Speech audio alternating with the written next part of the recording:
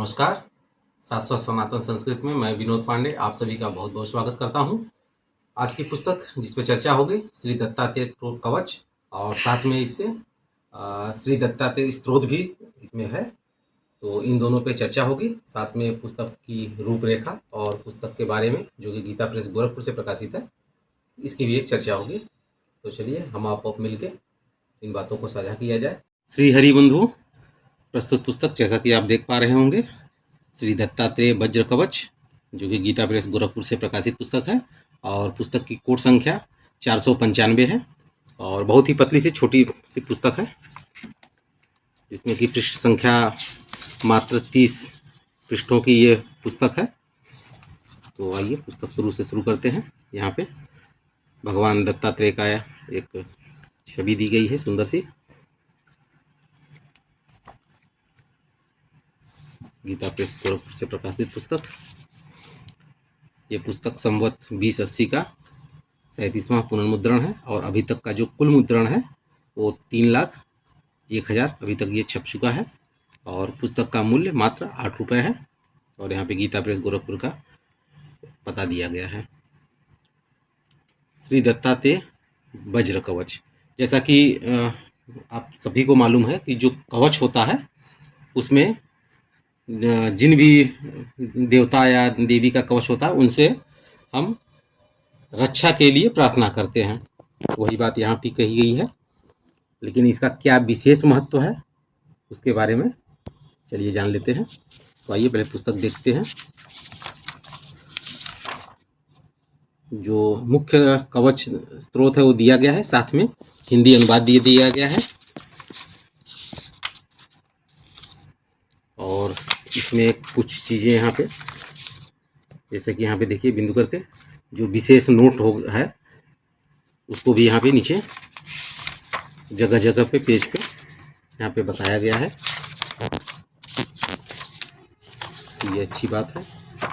और पुस्तक के अंतिम पृष्ठ पे नित्य पाठ, साधन, भजन एवं कर्म कांड हेतु जो उनकी गीता प्रेस से प्रकाशित पुस्तकें हैं वो कोट सहित यहाँ पे दिया गया है। तो ये भी जानकारी मिल जाती है और आप इसे भी मंगा सकते हैं। और अंत में गीता प्रेस गोरखपुर की निजी दुकानें और शाखाएं मोबाइल नंबर सहित दिया गया है।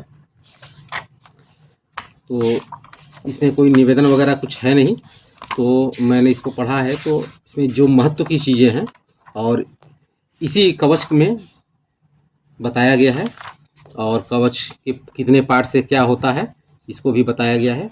तो चलिए इसकी चर्चा कर लेते हैं। जो विशेष चीज़ें हैं मैं वहाँ से बताता हूँ आपको, जैसे कि यहाँ से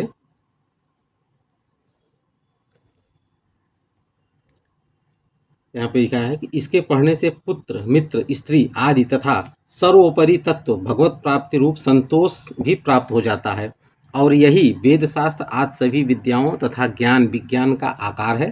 साथ ही साथ यह संगीत शास्त्र, अलंकार, काव्य और श्रेष्ठ कविता के निर्माण का ज्ञान भी प्राप्त करा देता है। बुद्धि, विद्या, धारणा शक्ति रूप स्मृति, नवोन्मेषालिनी प्रतिभा शक्ति तथा विशुद्ध बोधात्मिका बुद्धि आदि को भी यह प्रदान कर देता है। यह सब प्रकार के क्लेशों को नष्ट करने वाला तथा सभी प्रकार के सुख संतोष को प्रदान करने वाला है। इसका पाठ तत्काल सभी काम क्रोध आदि आंतरिक और बाह्य शत्रुओं का संहार कर यश और कीर्ति का विस्तार करता है।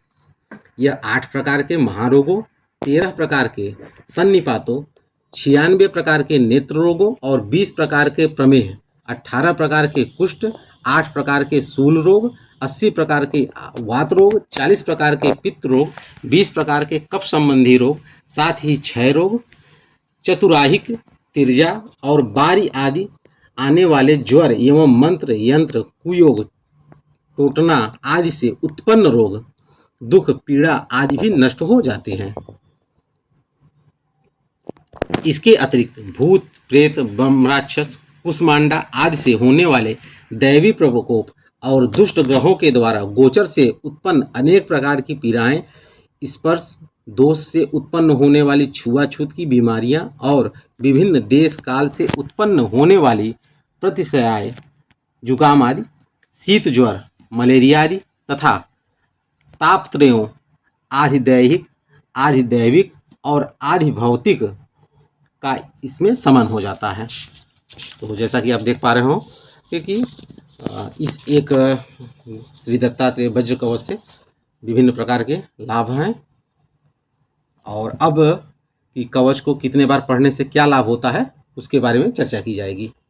इस कवच के सहस्त्रावर्तन अर्थात 1000 बार पाठ करने से नवग्रह से उत्पन्न पूर्व जन्म के पातक महापातकों से उत्पन्न सभी रोग दुख सर्वदा एवं निश्चित रूप से नष्ट हो जाते हैं।